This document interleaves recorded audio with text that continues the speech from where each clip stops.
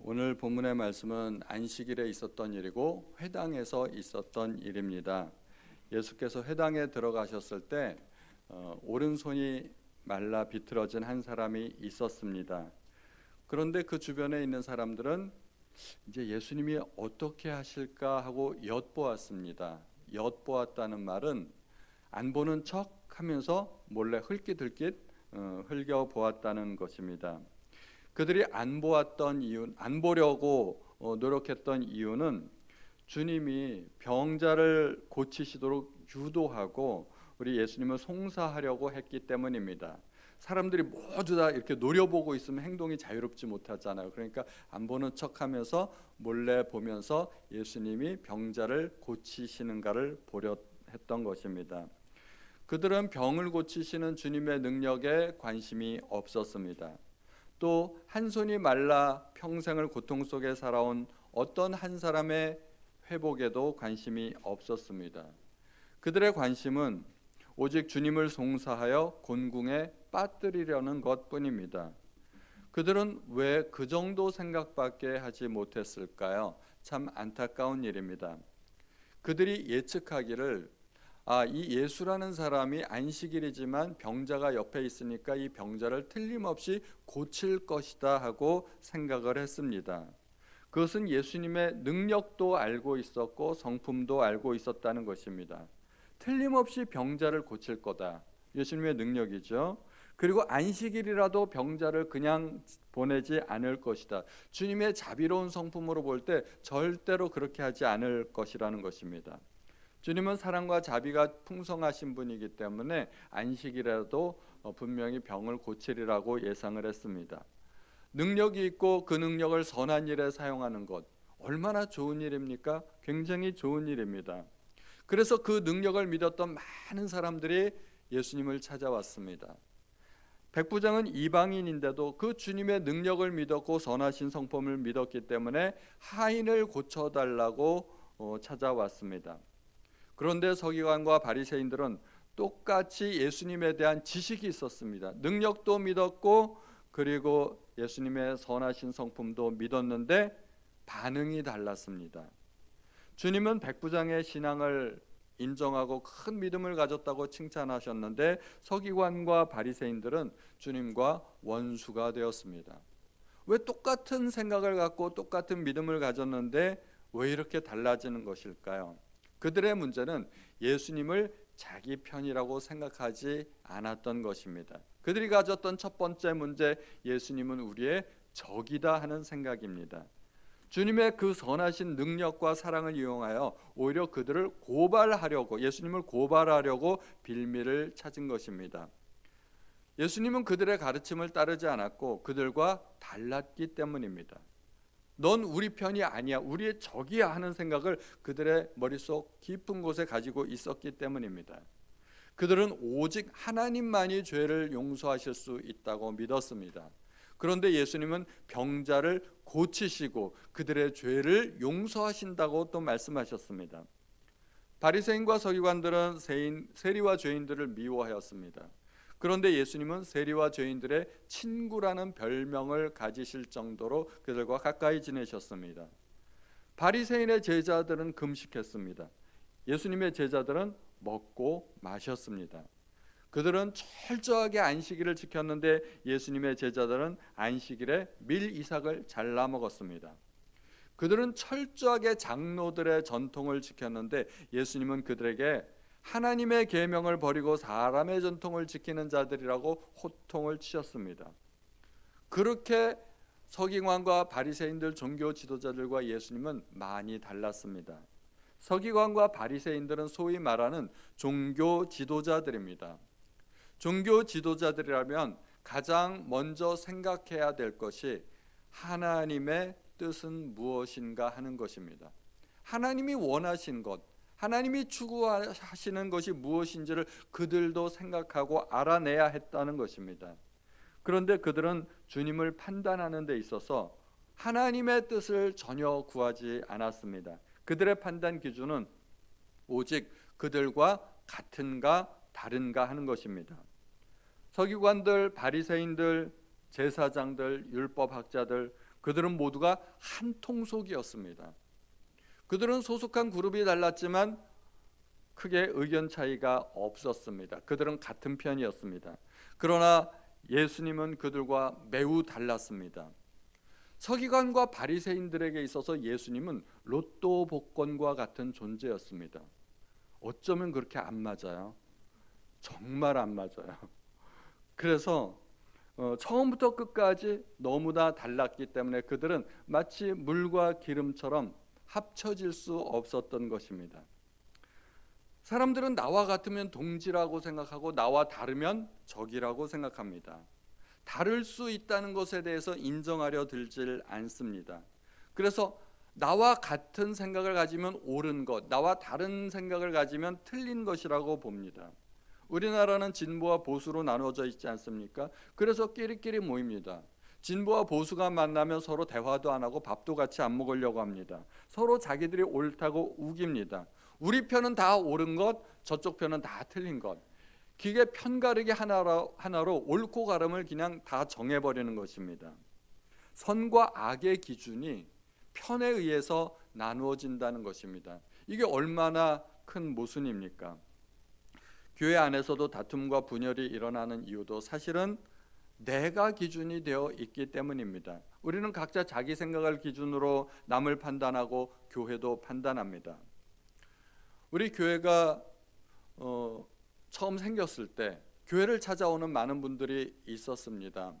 이 근방에 교회가 별로 없기 때문에 사람들이 여기에 교회 팻말을 보고 찾아와서 저기 문을 열고 교회 안을 구경하기도 하고 안에 있는 그 주보를 접어서 보기도 하고 그런 일들이 있었습니다. 그래서 가끔 사무실에 제가 있다가 나가서 그런 사람들을 맞이해주면 서로가 굉장히 반갑습니다. 우리는 새 가족을 맡게 되고 그분들은 원하던 교회를 찾게 되고 얼마나 서로 반갑습니까? 서로 반가워합니다. 그런데 교회를 찾으시는 분들이 가장 먼저 질문하는 게 있어요. 뭘 것 같아요? 교단이에요. 교단. 그래서 저보고 묻습니다. 이 교회는 어느 교단입니까? 그래서 제가 대답을 하죠. 우리 교회는 독립교회 연합회 소속입니다. 그러면은 저쪽에서 안녕히 계세요. 그렇게 얘기를 하고 뒤도 안 돌아보고 돌아가는 경우도 있었습니다. 다르다는 거죠. 예수 믿는 것은 같은데 조금 더 같기를 바랬던 것입니다. 그래서 사실은 교단의 문제가 이게 결코 작은 문제는 아닌데 안타깝게도 교단 때문에 등록을 하기도 하고 교단 때문에 등록을 안 하기도 하고 그런 경우가 있었던 것입니다. 교회 안에서도 사람들은 내 편을 찾는 경우가 많습니다. 나와 같은 생각을 가지면 내 편이고 나와 생각이 다르면 남의 편이라고 생각을 합니다. 우리는 같은 생각을 가진 사람들끼리 쉽게 친해질 수 있습니다. 그리고 친한 사람들끼리 같이 만나서 교제하기를 원하고 대화하기를 원하고 예배 끝나고 누구를 찾아가요? 친한 사람 찾아가서 인사하고 그리고 누구랑 같이 밥 먹어요? 나랑 같이 친한 사람. 그리고 구역도 나랑 친한 사람이 나랑 같은 구역이 되었으면 좋겠다 생각을 합니다. 유유상종 끼리끼리의 모습이 세상에도 있지만 안타깝게도 교회 안에도 존재할 수 있다는 것입니다. 교회에서 가장 위험한 것 중에 하나가 끼리끼리입니다. 끼리끼리 어울리는 것이 사실은 나쁜 것은 아닌데 여기도 한 그룹 저기도 한 그룹 이렇게 사람들이 그룹을 모여서 끼리끼리 교제하고 그렇게 나눔을 하다 보면 문제는 어느 그룹에도 속하지 못한 사람들, 내성적이고 그리고 소극적인 사람들은 외톨이가 될 수 있다는 것입니다. 그러면 그런 사람들이 교회 안에서 홀로 있게 됩니다. 밥 먹을 때 보면 알죠. 우리가 친한 사람들끼리 같이 밥 먹기 원하는 것 당연한 것 아니겠습니까? 그런데 정말 성숙한 사람은 내가 친한 사람 찾아가서 같이 밥 먹기보다는 혹시 누군가 혼자 밥 먹는 사람이 없는가 살펴볼 수 있는 것입니다. 그런 사람들이 굉장히 성숙한 것이죠.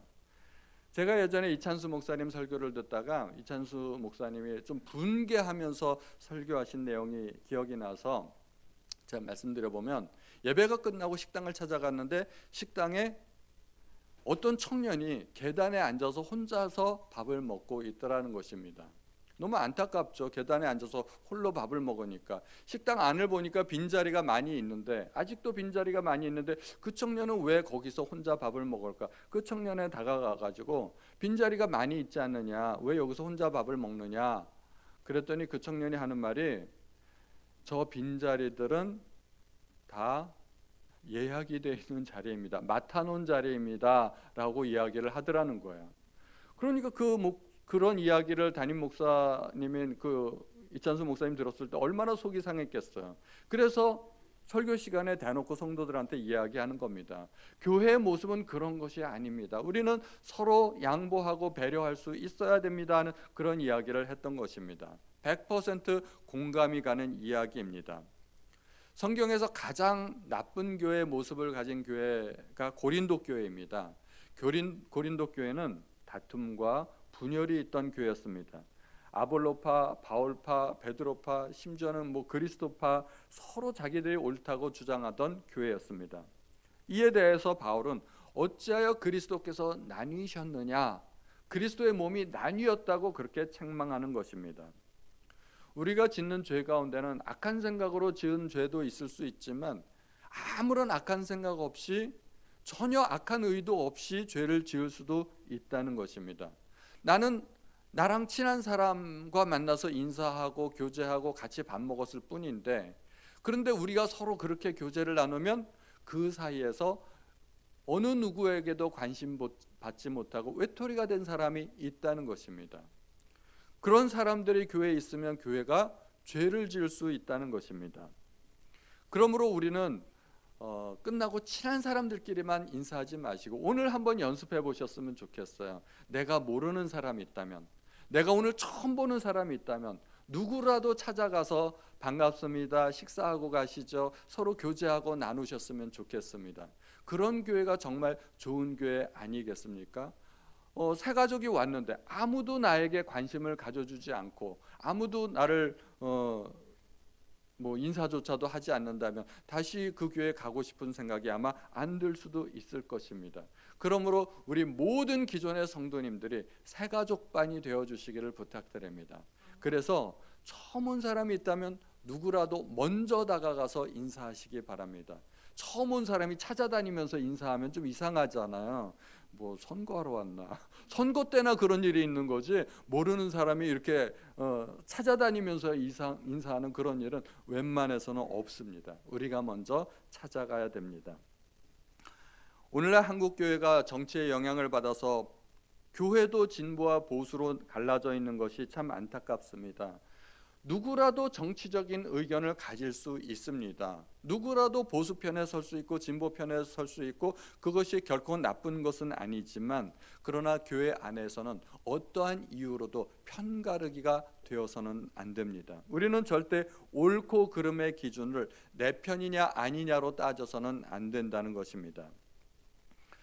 유대인들의 또한 다른 문제가 있었는데 그것은 완고함입니다. 그들은 안식일을 지킴으로써 하나님께 영광 돌린다고 생각했습니다. 물론 하나님을 사랑한다면 하나님의 계명을 지켜야 합니다. 그런데 문제는 하나님의 생각과 내 생각이 같지 않다는 것입니다.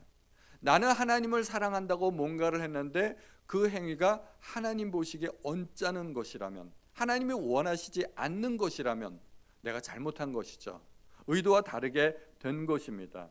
하나님은 전혀 다르게 생각하실 수도 있습니다. 성경에서 누가 그랬나요? 대표적으로 바울이 그랬습니다. 바울이 바울 되기 전에 사울이었을 때, 바울은요 보통의 다른 바리새인들하고는 조금 달랐습니다. 정말 하나님을 사랑했어요. 바울이 기독교인들을 잡아다 옥에 가두고 핍박하고 그랬던 건 위선이 아닙니다. 정말 하나님을 사랑했고, 이 나사렛 이단은 잡아 전부 다 없애버려야 우리가 하나님을 제대로 섬길 수 있다고 생각을 했던 겁니다. 정말 하나님을 사랑하는 마음에서 기독교인들을 잡아다 옥에 가두고 심지어 돌로 치고 그랬습니다. 그런데 주님은 바울에게 뭐라고 말씀하셨나요? 어찌하여 내가 나를 핍박하느냐. 바울이 다메섹 도상에서 밝은 빛 가운데 꼬꾸라졌을 때, 하늘에서 음성이 들렸을 때 바울은 틀림없이 그것이 하나님의 음성이라고 생각했고 믿었습니다.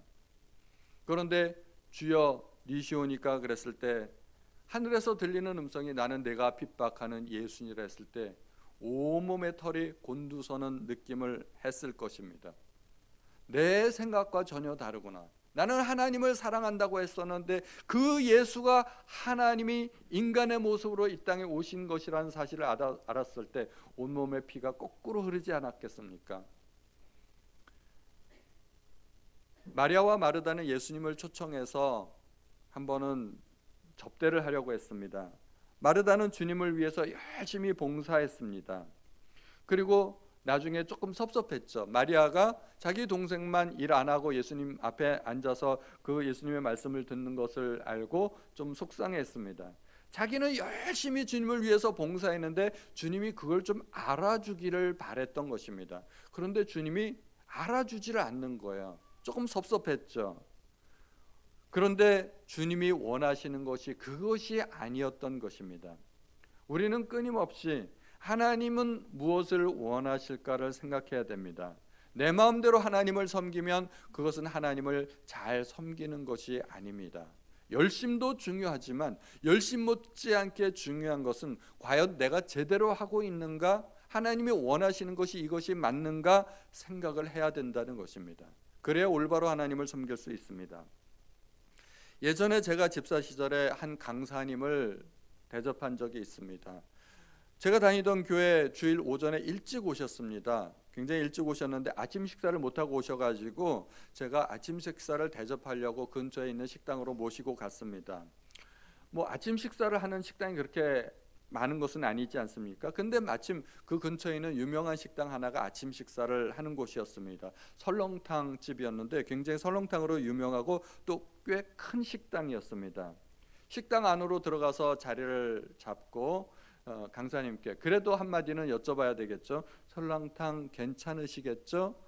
물어봤는데 당연히 괜찮다고 할 줄 알았습니다.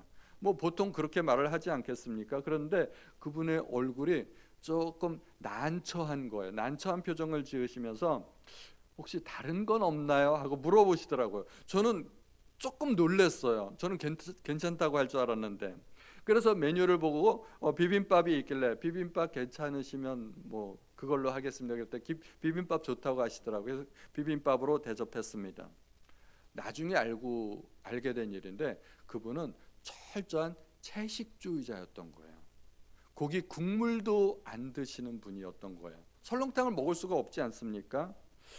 그래서 강사를 제대로 대접하려면 강사가 뭘 좋아하는지 뭘 싫어하는지 정도는 알아야 합니다. 저는 몰랐으니까 강사 대접을 제대로 할 수가 없었던 것이겠죠.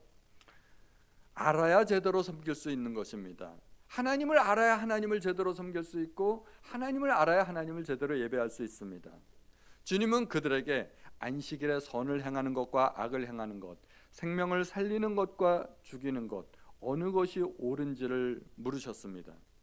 그들은 하나님을 사랑했고 하나님을 사랑한다면 당연히 계명을 지켜야 되고 안식일을 지켜야 된다고 생각했지만 주님 보시기에 그들은 안식일에 악을 행했고 생명을 죽이고 있었다는 것입니다. 그것은 옳지 않은 일입니다. 하나님이 원하시지 않는 일이었던 것입니다. 또 손 마른 사람의 입장에서 주님을 만나 고침을 받을 수 있다면 그것이 얼마나 중요한 일이겠습니까? 주님은 이 마을 저 마을 옮겨 다니며 사역했기 때문에 다음날 새벽에 또 기도하시고 또 다른 마을로 옮겨 가실 수도 있는 것 아니겠습니까? 이번에 주님과 헤어지면 또 언제 만날지 모르는 일입니다. 바리새인과 서기관들은 하나님이 원하시는 것이 무엇인지 생각하지 않았습니다. 다른 사람의 처지에 대해서도 생각할 수 없었습니다. 그들의 주장은 무조건 안식일은 지켜야 된다는 것입니다. 여기에는 변동이 있을 수 없다는 것입니다. 딱 못을 박아버렸어요. 그것을 뭐라고 이야기합니까? 완고하다고 이야기를 합니다. 완고하다는 것은 내 기준을 절대로 바꾸지 않는 것입니다. 한번 못 박아놓은 것 그건 변개할 수 없다는 것입니다. 그런데 하나님은 완고한 사람을 싫어하십니다. 완고한 사람은 절대 변하지 않기 때문에 성장도 안 하는 것이기 때문에 그렇습니다. 완고한 사람은 신앙이 성숙할 수가 없어요. 구약에서 대표적으로 바로가 그랬습니다. 완고했죠. 절대로 자기 생각을 바꾸려 들지 않았습니다. 신약에서는 서기관과 바리새인들이 완고한 사람들이었습니다.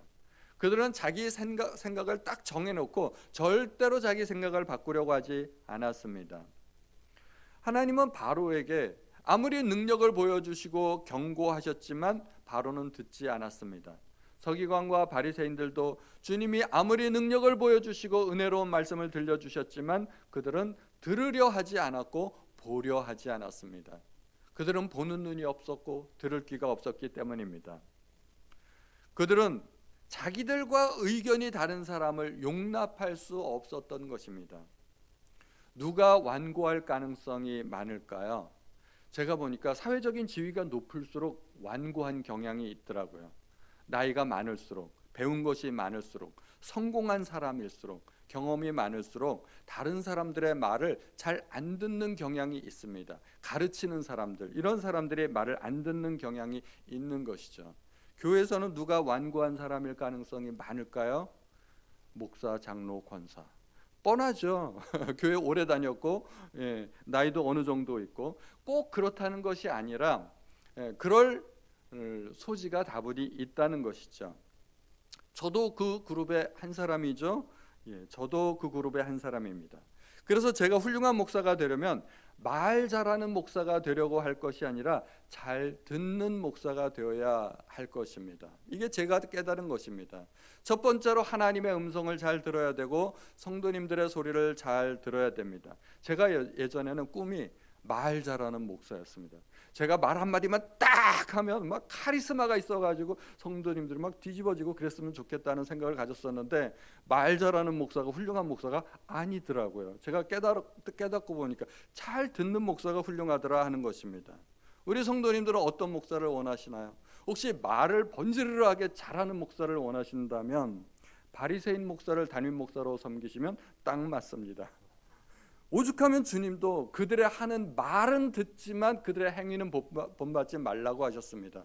말은 제대로 하니까. 그러니까 얼마나 주님이 답답하셨겠어요. 말은 잘하네. 주님의 그 태도가 그런 것이죠. 신앙이란 끊임없이 하나님 앞에서 자기 문제를 발견하고 자기를 쇄신시켜 나가는 과정입니다. 믿음이란 고정관념을 깨는 것입니다. 그리고 시도하지 않았던 것을 한번 도전해보고 해보는 것입니다. 그런데 완고한 사람들은요, 절대로 자기를 바꾸려 하지 않습니다. 하나님의 뜻과 다른 사람의 입장을 고려하지 않고 자기에게 익숙했던 것만 고집합니다. 그래서 교회에서 문제가 되는 사람들은 사실은 초심자들이 아닙니다. 교회에서 오래된 사람들이 문제가 될 수 있습니다. 초심자들은 교회에서 어떻게 해도 이제 막 예수 믿기 시작한 사람들은 교회는 원래 이렇게 하는가 보다. 그러고서 그냥 무조건 따라와요. 그래서 뭘 한다 그러면, 행사가 있다 그러면 어떻게든 해보려고 노력합니다. 그런데 교회에서 하는 대로, 이끄는 대로 따라가다 보면 신앙이 쑥쑥 자라요. 그런 사람들의 믿음이 자랍니다. 그런데 교회에서 신앙 연륜이 오래되었는데 완고한 사람들이 있어요. 이 완고한 사람들은 어떻게 행동해요? 자기에게 맞게 교회를 바꾸려고 그래요. 교회를 바꾸려고 그러는데 또 교회가 쉽게 바꿔지나요? 교회가 잘 안 바꿔지죠. 그러니까 어떻게 해요? 이제 교회를 떠나는 사례까지 발생할 수 있습니다. 제가 지금까지 신앙생활하면서 가만히 보니까 정당한 사유 없이 교회를 떠나신 분들 가운데 대체로 주장이 강하고 고집이 센 분들이 많이 있었던 것 같아요.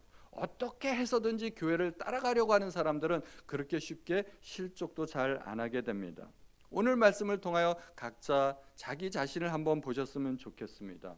나는 과연 들으려고 하는 사람인가? 나 자신을 바꾸는데 적극적인 사람인가? 옳고 그름을 나를 기준으로 판단하고 있지는 않은가 한번 생각해 보시기 바랍니다. 오늘 우리는 지금 하나님 앞에 예배를 드립니다. 예배를 드리면서 하나님의 말씀을 듣습니다. 하나님의 말씀을 듣는다는 것은 하나님의 말씀을 듣고 옳지 않았던 내 생각을 바꾸어 나가는 것입니다. 하나님의 말씀을 들으면 귀로 들어서 마음속에 저장을 하게 됩니다. 내 가슴 속에 파 묻어야 됩니다. 그런데 가슴이 딱딱하신 분들이 있죠. 너무너무 딱딱해서 씨가 뚫고 들어가지를 못하는 것입니다. 그럼 공중의 새가 와서 그 말씀을 채가 버립니다. 그 땅이 어떤 땅인가요? 예수님께서 말씀하신 네 가지 땅 중에서 길가의 땅과 같이 되는 거예요. 말씀이 흡수가 안 돼요. 가슴속에 들어오긴 했는데 속에 묻혀지질 않는 겁니다. 그러면 아무런 열매를 맺지 못합니다. 예배는 하나님의 생각과 다른 내 생각을 버리고 하나님의 생각을 받아들이는 것을 이야기합니다. 그런데 우리는 다 예배를 소중히 여긴다고 하면서도 나 자신을 바꾸려고 하는 노력에는 매우 인색합니다. 하나님의 말씀을 듣는 것을 좋아하지만 그 말씀에 따라서 나를 바꾸는 것에 대해서는 그렇게 달가워하지 않아요. 왜 그런가 하면 우리가 완고하기 때문입니다. 저도 그래요. 저도 참 생각이 잘 안 바뀌는 사람입니다. 그런데 하나님의 말씀은 어떻게 표현이 되어 있는가? 하나님의 말씀은 살았고 운동력이 있어 좌우의 날선 어떤 검보다도 예리하여 혼과 영과 및 관절과 골수를 찔러 쪼개기까지 한다고 합니다. 여기에 나온 이 칼은 외과 의사의 수술도를 이야기합니다. 폐부를 도려내고 종양을 도려내고 악한 모든 염증을 도려내고 그래서 수술하는 그 외과 의사의 칼과 같이 하나님의 말씀이 그렇다는 거예요. 하나님의 말씀이 결코 무디지 않습니다. 아주 날카롭습니다. 그런데 제가 여기서 설교하면서 그런 생각이 좀 들까요? 내가 지금 예리한 칼로 우리 성도들의 폐부를 도려내고 있구나. 제가 그런 생각이 잘 안 들어요. 저는 무슨 생각이 들까요?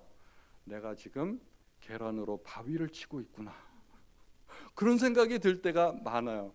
내가 이렇게 이야기한들 우리 성도들이 바뀔까? 내가 아무리 목소리에 힘을 줘서 이야기해도 우리 성도님들은 꿈쩍도 하지 않는 것 같은데 내가 헛짓하고 있는 것은 아닐까? 이런 생각이 드는 때가 있는 것이죠. 우리는 하나님의 말씀에 민감하게 반응을 해야 됩니다.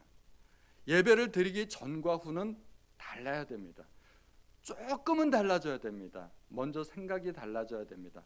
내가 오늘 말씀을 통해서 이것을 깨달았구나 하는 깨달음이 있으셔야 됩니다. 그 깨달음을 구역예배, 구역모임 시간에 말씀 나누는 시간을 통해서 서로 나누시기 바랍니다.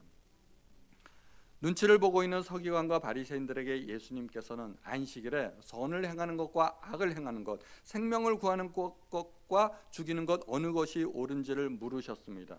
예수님의 질문은 단순해요. 안식일에 일을 해야 되냐 말아야 되냐 그것을 물으신 게 아닙니다. 안식일을 지켜야 되느냐 안 지켜야 되느냐 그렇게 묻지 않으시고 선을 행하는 것 악을 행하는 것 생명을 구하는 것과 죽이는 것 어느 것이 옳으냐를 물었습니다. 안식일에 무엇을 하느냐 마느냐가 중요한 것이 아니라 그 일의 의미가 중요하다는 것입니다. 만약에 안식일에 일을 했는데 그것이 선한 것이고 생명을 살리는 것이라면 일을 해야 될까요? 말아야 될까요? 해야 됩니다. 그것이 하나님이 원하시는 것입니다. 그런데 안식일에 일을 안 했어요. 사람이 죽어가고 있는데도 가만히 있었어요. 안식일에 악을 행하고 있고 안식일에 생명이 죽어가고 있다면 안식일에 일을 안 하는 것, 그것이 하나님의 계명을 잘 지키는 것일까요? 그렇지 않습니다. 주님께서 보시는 것은 율법의 정신입니다. 행위도 중요하지만 율법의 정신을 잃어버리면 안 됩니다. 주님은 하나님께서 무엇을 원하시는지를 알았습니다. 그리고 사람에게 무엇이 필요한지도 아셨습니다. 그래서 율법을 어겨가면서도 한 손 마른 사람을 고쳐주셨습니다. 이게 사실은 율법을 어기는 것이 아닙니다. 하나님의 뜻대로 행동을 하는 것인데 겉으로 보기에는 그렇게 보이는 것이죠.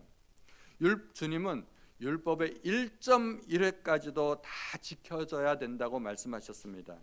그런데 주님께 정말 중요한 것은 형식적인 율법이 아니라 율법의 내용, 율법을 주신 하나님의 의도, 자비와 사랑이었던 것입니다. 마태복음 12장 7절 우리 다 같이 한번 읽어보겠습니다. 시작.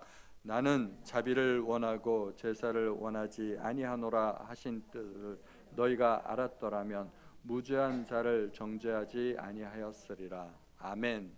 주님은 자비를 원하고 제사를 원하지 않으신다는 것입니다. 그렇다고 주님이 규정을 무시하신 것이 아닙니다. 주님도 태어나신 지 8일 만에 할례를 받으셨고 어렸을 때 성전에 올라가서 절기 예배를 다 드리셨습니다. 구약의 율법을 다 지키셨습니다. 그러나 주님은 진짜 중요한 것이 무엇인지를 아셨습니다. 손이 나은 사람은 육체가 건강하게 되었고 영혼까지도 치유를 받았습니다. 그의 인생이 변했을 것입니다. 한 손이 불구인 상태로 일을 잘할 수 있습니까? 일을 제대로 못하죠. 직장에서도 제대로 채용이 되지 않았을 것입니다. 경제적으로 가난한 삶을 살 수밖에 없었고 결혼도 제대로 못했을 것입니다. 한마디로 그의 인생은 고통의 연속입니다. 모든 장애인들이 그렇지 않습니까? 장애인들이 얼마나 고통스러운 삶을 살아야 하겠습니까? 우리는 건강하니까 그것을 잘 모르지만 경제적으로 사회적으로 참 힘든 삶을 살아야 됩니다. 그런데 그는 주님을 만난 이후로 인생이 달라지게 됩니다. 주님을 만나 고침을 받은 모든 사람은 제2의 인생을 살게 됩니다. 전과 전혀 다른 삶을 살게 됩니다. 안진뱅이가 걷게 되고 소경이 눈을 뜨고 나 환자가 깨끗하게 되고 예전과 다른 삶을 살아가게 됩니다. 육신적인 고통도 고통이지만 사람들의 손가락질, 비난 속에서 살아왔던 그들의 좌절과 절망, 사회적인 분리, 이런 모든 것들로부터 그들이 자유롭게 되는 것입니다.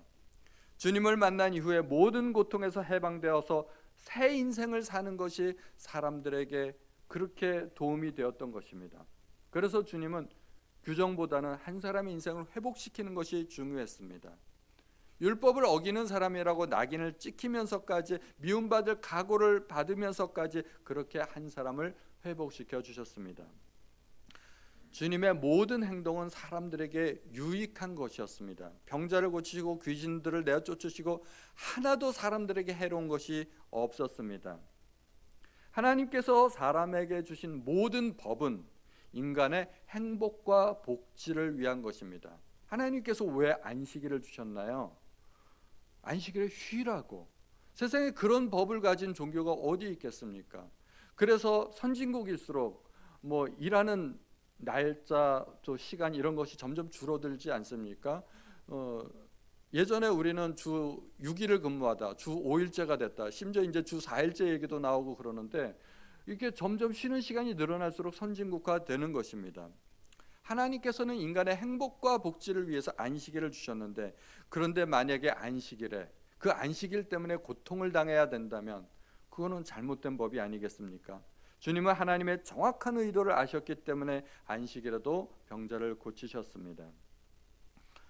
주님은 다른 사람의 유익을 구하기 위해 자기의 모든 권리를 포기하셨습니다. 그래서 마지막까지 십자가에 달리시고 자기 목숨을 버려가면서까지 다른 사람의 죄를 용서해 달라고 하나님 앞에 기도하셨습니다. 주님도 얼마든지 사람들과 갈등 빚지 않고 편안하게 지낼 수 있었는데 일부러 의도적으로 한 사람의 영혼이 더 귀하기 때문에 오해받아 가면서까지 그렇게 하나님의 뜻대로 행동했던 것입니다. 신약 시대는 우상의 제물로 바쳐졌던 고기들이 가끔 시장에 나와서 팔리는 경우가 있었습니다. 우상의 제물을 먹어도 될까요? 안 될까요? 그때까지만 해도 우상에게 바쳐졌던 제물은 절대로 먹어서는 안 된다고 사람들이 생각했습니다. 그래서 다니엘과 세 친구도 왕의 진미를 거부했습니다. 그런데 바울은 감사함으로 받으면 버릴 것이 없다고 이야기하였습니다. 이게 신학적으로 굉장히 중요합니다. 우상의 제물은 신학적으로 별 의미가 없는 거라는 것입니다. 먹어도 된다는 것입니다. 그래서 바울은 어떻게 말합니까? 내가 고기를 먹겠다 안 먹겠다. 바울의 결심은 뭡니까? 고기를 안 먹겠다입니다. 고기를 먹을 수 있는 자유와 권리가 있지만 안 먹겠다고 결심합니다. 고린도전서 8장 13절 이것도 같이 읽어보겠습니다. 시작. 그러므로 만일 음식이 내 형제로 실족하게 한다면 나는 영원히 고기를 먹지 아니하여 내 형제를 실족하지 않게 하리라. 아멘. 고기를 먹을 수 있는 자유와 권리가 있으니까 고기를 먹어도 되지만 그것이 다른 사람들 보기에 유익이 안 된다면 안 하겠다는 것입니다. 우리가 하나님께 영광을 올려드린다는 이야기를 자주 하는데 우리가 어떻게 하나님께 영광을 올려드릴 수 있을까요? 가장 간단한 방법을 알려드릴게요. 가장 쉬운 방법은 나로 말미암아 누군가 덕을 보고 유익을 보는 것입니다. 내가 조금만 참고, 내가 조금만 양보하고, 내가 조금만 더 희생해서 누군가 덕을 볼 수 있다면 그게 하나님께서 기뻐하시는 일이고 하나님께서 영광 받으신다는 것입니다. 저도 이렇게 좀 성도님들한테 잘 보이기 위해서 머리를 조금 색깔을 칠하고 나왔습니다. 그런데 만약에 제가 머리를 노랗게 칠하고 나왔으면 어떻게 될까요? 머리에 색칠하는 것이 죄가 아니라면 저는 머리에다 빨주노초 파남보로 염색하고 나올 수도 있겠죠. 그런데 그걸 보고 성도님들 가운데 실족하실 수 있는 분들이 있다는 겁니다. 무슨 목사가 저래? 그래서 제가 머리를 노랗게 염색을 안 하는 겁니다. 그 이유가 거기에 있어요. 제가 머리를 노랗게 염색하면 실족하는 분들이 분명히 있을까 봐. 근데 제가 머리를 까맣게 염색하면 실족하는 분이 없을 것 같아요. 그래서 저는 머리를 까맣게 색깔을 칠합니다. 우리가 예배를 드리는 것, 성경을 읽고 묵상하는 것, 통독하는 것 다 중요합니다. 그 이유는 나의 삶을 변화시키기 위함입니다. 하나님이 원하시는 것이 무엇인지 깨달아야 하고 나의 행동이 다른 사람을 배려해야 되고 그리고 신앙은 나를 끊임없이 변화시키는 과정입니다. 이것이 주보에 나오는 네 번째 질문 정답입니다. 기록해 두시면 나눔 시간에 하시면 좋습니다.